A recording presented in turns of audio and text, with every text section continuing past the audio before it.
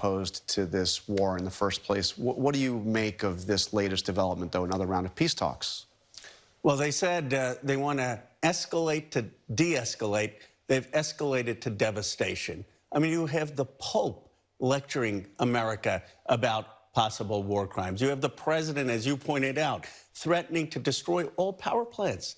I didn't think we would ever get to that point. You have the Strait of Hormuz that is now blocked. This never happened before the war. What have we achieved? Gas is up from $2.30 to $4. You have now Iran having a more hardline regime, as we just heard, and all our allies like UAE being hit. I mean, we've created devastation, and we're being lectured by the Pope.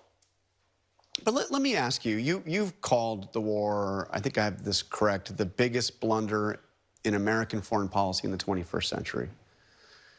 If this gets to a resolution, I mean, if they actually, and I know that's a big if, but if they actually get to a resolution where Iran has given up its nuclear program and, you know, there is a peace deal, maybe even a peace deal with Lebanon, are you prepared to revise that and say that they actually got something out of it and it wasn't a blunder? If we actually achieve something, but the enriched uranium is still there. We have a more hardline regime there. Khamenei Jr. actually wants to develop nuclear weapons. Does anyone believe that we actually have more leverage over the Strait of Hormuz? We have less. China has more influence in Iran. And we've lost our entire moral credibility. We have a president of the United States threatening to wipe out Iranian civilization, and people think it's normal?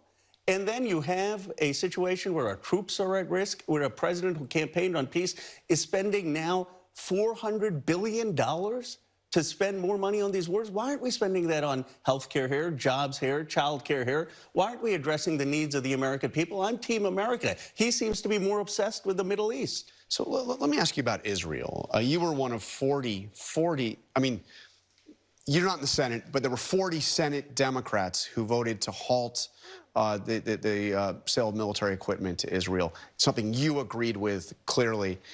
Is the Democratic Party no longer a pro-Israeli party?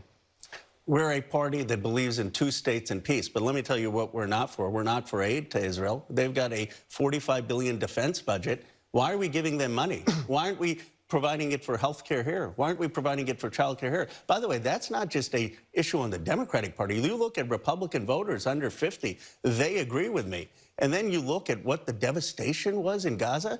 Why aren't we doing the Arab Peace Plan, which, by the way, the UAE foreign minister has supported? Of two states, you have a Palestinian state and which is demilitarized, and an Israeli state.